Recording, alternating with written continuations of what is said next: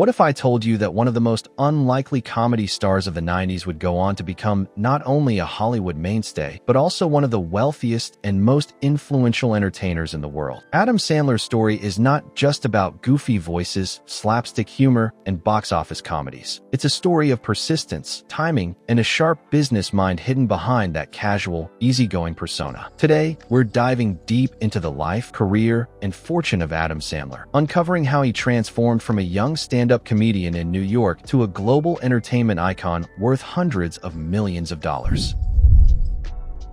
Adam Sandler was born on September 9, 1966, in Brooklyn, New York. His upbringing was middle-class and ordinary in many ways. His mother was a nursery school teacher, and his father was an electrical engineer. From a young age, Adam was a natural entertainer, often making jokes in school and using humor to connect with people around him. He wasn't the best student academically, but he quickly discovered that laughter was his true talent. His family noticed this, and instead of discouraging him, they encouraged Adam to explore his comedic side. When Sandler was still in his teens, his brother pushed him to try stand-up comedy. At just 17, Adam performed at a comedy club in Boston, and that moment planted the seed for his career. He wasn't instantly successful, but he discovered that the stage was where he belonged. After high school, he attended New York University's Tisch School of the Arts, where he studied acting. Those years gave him a deeper understanding of performance and storytelling, skills he would later use in his movies. After graduating in 1988, Adam moved to Los Angeles to pursue comedy more seriously.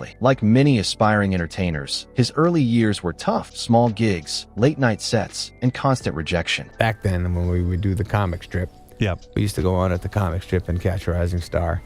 None of us were great yet. I remember Rock getting off stage and another comedian, a young guy who goes, "Oh man, I gotta go after that. I feel like I'm so fucking useless after what he said, and all my shit's so stupid." It wasn't long before he got his first TV break with a recurring role on The Cosby Show, playing Theo Huxtable's friend Smitty. It was a small role, but it gave him exposure and experience in front of the camera. The real turning point came in 1990 when Sandler was discovered by comedian Dennis Miller, who recommended him to Saturday Night Live producer Lorne Michaels. That same year, Adam joined SNL as a writer and then as a featured performer. His quirky characters, offbeat songs like the Hanukkah song, and his playful, mischievous energy quickly made him a fan favorite. The show gave him a platform, and audiences connected with his silly yet endearing persona. But Sandler wasn't satisfied with just being a sketch comedian. In the mid-1990s, he took the leap to Hollywood films. His breakout movie was Billy Madison in 1995. Critics weren't kind, but the film resonated with younger audiences who loved Sandler's outrageous humor. The following year, Happy Gilmore cemented his reputation as the goofy everyman with a heart. Both films were moderate box office hits and built him a cult following. The late 1990s were transformative. Movies like The Wedding Singer and Big Daddy proved that Sandler could draw massive audiences, especially when he blended his comedy with heartfelt stories. Big Daddy was a commercial success, making over $230 million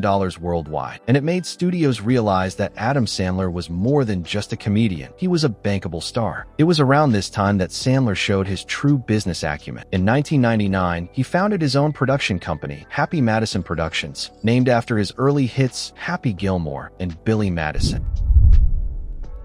This was a pivotal move. With his own company, Sandler had creative control and could produce movies on his terms. While critics often panned his comedies, audiences showed up in huge numbers. His films consistently turned profits, making him one of Hollywood's most reliable stars. Through the 2000s, Sandler released a string of successful comedies such as Mr. Deeds, 50 First Dates, and Click. He wasn't afraid to take risks either. In 2002, he took a dramatic turn in Paul Thomas Anderson's Punch Drunk Love, earning critical acclaim and proving he could handle serious roles. Later, films like Reign Over Me and Uncut Gems would reinforce that point, showing audiences a different side of his talent. At the same time, Sandler's fortune kept growing. His films weren't always critical favorites, but they were profitable, and his deals often included a percentage of box office earnings. By the mid-2000s, Adam Sandler was commanding salaries of $20 million per film plus back-end points, putting him among the highest-paid actors in Hollywood. In 2014, 2013, Sandler made another groundbreaking move. He signed a 4-movie deal with Netflix reportedly worth around $250 million.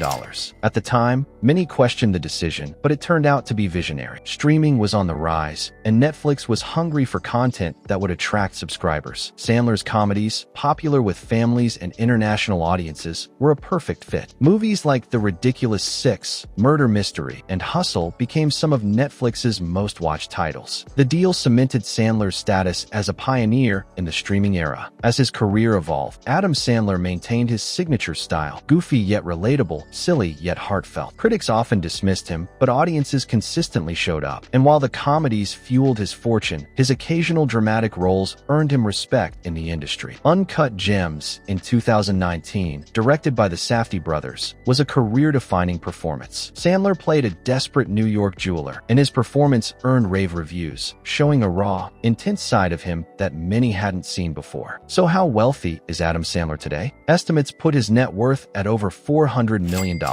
This fortune comes not just from acting, but also from his production company, his Netflix contracts, stand-up tours, and even songwriting royalties from his comedy albums. He has built an empire that ensures financial security for life.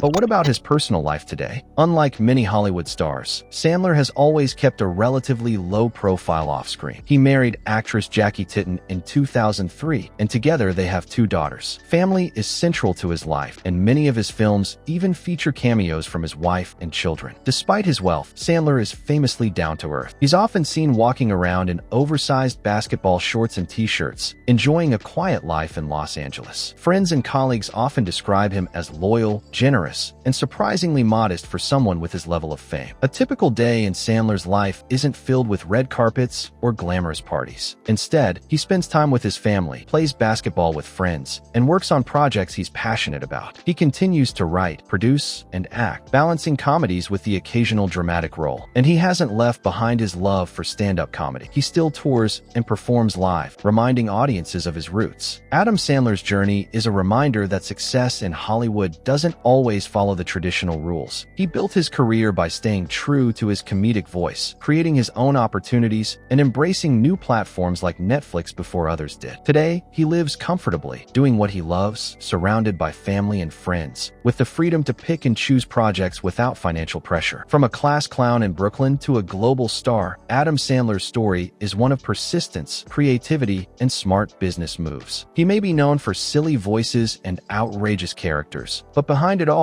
is a sharp mind that turned laughter into a fortune. And as long as audiences keep pressing play, Sandler's legacy will continue to grow, reminding us all that sometimes the funniest guy in the room can also be the smartest.